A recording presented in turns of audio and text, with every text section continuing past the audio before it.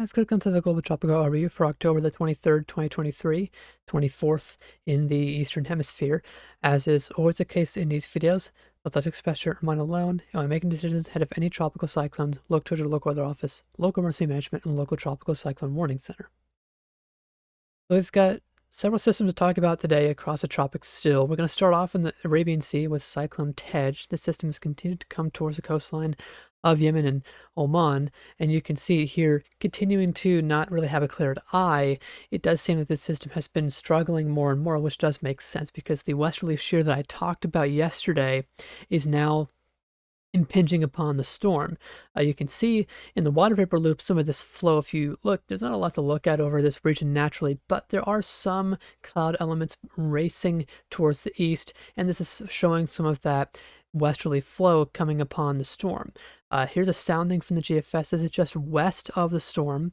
You can see here on this little thumbnail up here, you can see all this westerly flow in the mid to upper levels, and this is going to continue pushing towards the storm and will continue to make it weaken. Now also notice the easterly flow at the surface. This is what's going to help the storm come further inland once the system begins to weaken significantly and feels less of this flow. Now the main thing really for this area as the system comes in is the rainfall. You can see that the rainfall may be very significant, especially where it is now.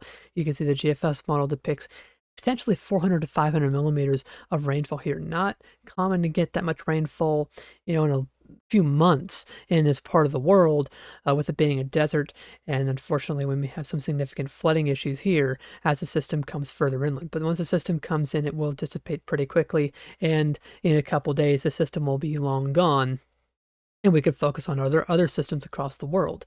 Speaking of those other systems across the world, we're now going to go to the South Pacific as we have Cyclone Lola, and this system has been impressive to watch over the past several hours. Remember, this is a pre-season cyclone, and the current estimate from the Joint Typhoon Warning Center is this is a Category 4 equivalent on the Saffir-Simpson scale with winds of about 130 miles per hour or 115 knots. Very powerful here, especially when you consider that we're still over a week away from the South Pacific cyclone season. This may be, a reminder for everyone in the South Pacific. This season's looking to be, potentially very active, especially with the expected strengthening of the El Nino in the central equatorial Pacific. So keep in mind that you need to have your cyclone preparedness kit ready, especially now that we're getting into our cyclone season. And this is unfortunately heading right for the Vanuatu Islands, and you can see it's sitting just east of there. Now, the good news is there might be some signs of some shear that will be keeping the system at bay for any further strengthening. If we look at a sounding from the GFS, this is about this morning UTC, or I guess it would be last night local time. You can see that we don't have too much shear meaned out throughout the entire troposphere, but we have some significant max shear values here, about 24 knots. That's mainly coming from this significant wind shift from the low levels to the mid levels to the upper levels. What's going to happen over the next day is we're going to get more significant flow in the mid to upper levels, while these flows down in the mid to lower levels stay about as strong as they are now. So you end up with a fairly significant shearing overall. And you'll see this max shear value in particular go up quite a bit. And here it is, 42 knots of max shear value.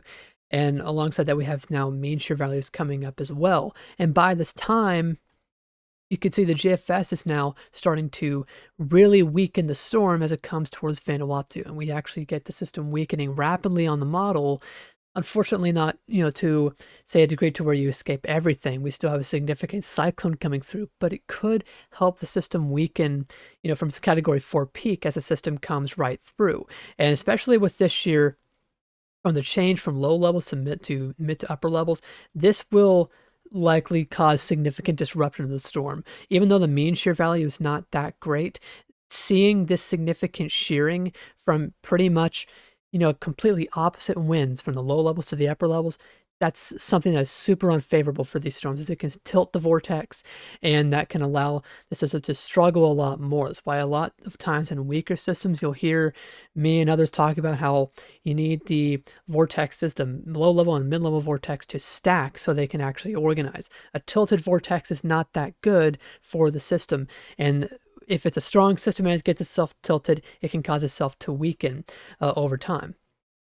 Now, the general track remains the same. Here's the Fiji Meteorological Service forecast cone. You can see Category 4 on their scale, and you can see they're forecasting it to stay a Category 4 as it comes through Vanuatu. And I suppose if it is able to fend off some of that mid to upper level shear, it will be able to stay fairly strong. And there is still significant concern here that this system will be significant as it comes through the Vanuatu Islands. And everyone here needs to just stay safe and make sure you stay tuned to local emergency management as the system comes through. You can see here in their cyclone watch and warning graphic, the entire region of the Vanuatu Islands where the system is going to pass nearby in a cyclone warning, with cyclone watches further south. And the system may track further, I guess, closer to New Caledonia over the next coming days. You can see they have it as a Category 2 coming down that way. The good news is here the system will still be significantly sheared here, so we're not expecting too significant of a storm to come through here, and this will likely be heavily sheared and weakening as it continues to come south. But stay safe in all those regions in Vanuatu as the system comes through. This is the rainfall from the GFS, and you can see a large swath of rainfall will be accompanying the eye of the storm as it comes through. And especially where the eye comes through, you could have significant rainfall, potentially up to 300 to 500 millimeters in localized areas. All right, now we're going to move back to the Indian Ocean. We're going to go to the Bay of Bengal now as we have Tropical Cyclone 6. I believe this did get a name, but I did not look at the name that this system has. But this is Tropical Cyclone 6 from the Joint Typhoon Warning Center. And you can see as the new frames load in, we've got a pretty ominous looking storm. We've got a lot of deep convection wrapping around the center of circulation. And if we look at a microwave pass we got not too long ago, earlier today, we have a lot of this convection wrapping around and trying to complete an eye wall. And if we look at the water vapor loop, you can see we have significant acceleration of upper level cirrus spanning away from the storm over India and Bangladesh. And you can see this here on the 200 millibar flow from the GFS. And this is pretty ominous because now, if the system does get itself together with that eye, we could potentially see a phase of significant intensification with the warm surface temperatures and this jet streak that's taking place. Now, there is good news here. The system is not going to have this interaction for too much longer. If I go in time on the GFS, what you'll see, the storm is tracking like this, and you can see we have the strong upper level ridge over portions of Vietnam. And this is going to stretch farther west into the Bay of Bengal, and eventually we're going to get more southerly flow coming into the Bay of Bengal over our storm. So you get the storm tracking towards the northeast, and you get southerly flow, and that's a shearing flow. And you can see, if I get a sounding from the GFS, this is now, putting upwards of 20 knots of shear upon our system overall. And that will likely allow the system to weaken, get disrupted, and you can see on the GFS it actually starts to weaken as it gets towards the coastline. And you see a similar thing happen on the European model there. Now, the main thing here is going to be, I guess the main concern will be rainfall. This is a GFS model depicted in rainfall. You can see this rain swath coming through here. We may have some significant rainfall here, potentially in excess of 100 millimeters, especially along the coastline of Bangladesh as the system comes in. But of course, the good news is here with that shear, it's likely to weaken at least some before it comes in, but there may still be some significant winds as the system comes in, especially depending on how strong it gets. Hopefully it stays fairly weak, and we hope that shear keeps it at bay. All right, finally, we're going to move to the Atlantic. We're not going to be talking about Tammy today. We're going to be talking about the Caribbean today. The first time we've really had to do that since, I think, Idalia in August, as the Caribbean has been very dead this season, naturally with an El Nino in place. But we do have a small compact system, Invest 95L here off the coastline of Nicaragua. And this system has been developing over this small region of the world over the past couple of days. And if we look at an ASCAP pass from earlier this afternoon, you can see we have a fairly compact circulation with winds. This ASCAP pass has likely not gotten the full the full winds of this, as it is a fairly compact circulation, but it could have winds of 30, I'd say 30 to 35 miles per hour here as it churns off the coastline. We've also seen today, in particular, more convective organization over the center, which these two factors of having a well-defined low-level center that's closed and organized convection that sustains is something you look for to designate a tropical depression.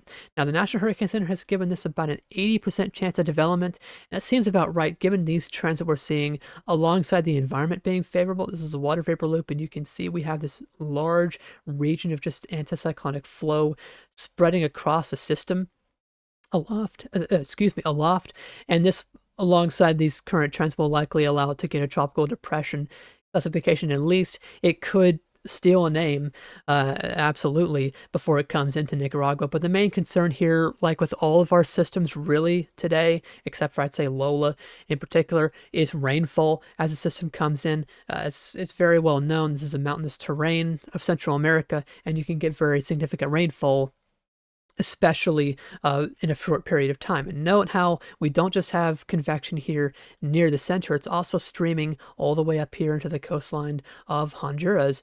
And that's going to be a concern as this whole system moves inland, and there may be some flash flooding issues there. But just a quick note for something very neat for, I guess, classification standards.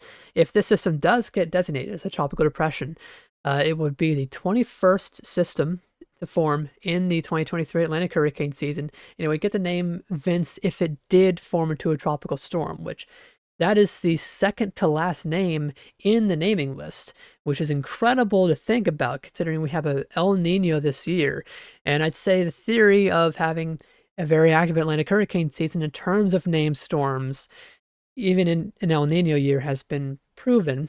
And even with other indexes such as accumulated cyclone energy, we're above average in that metric.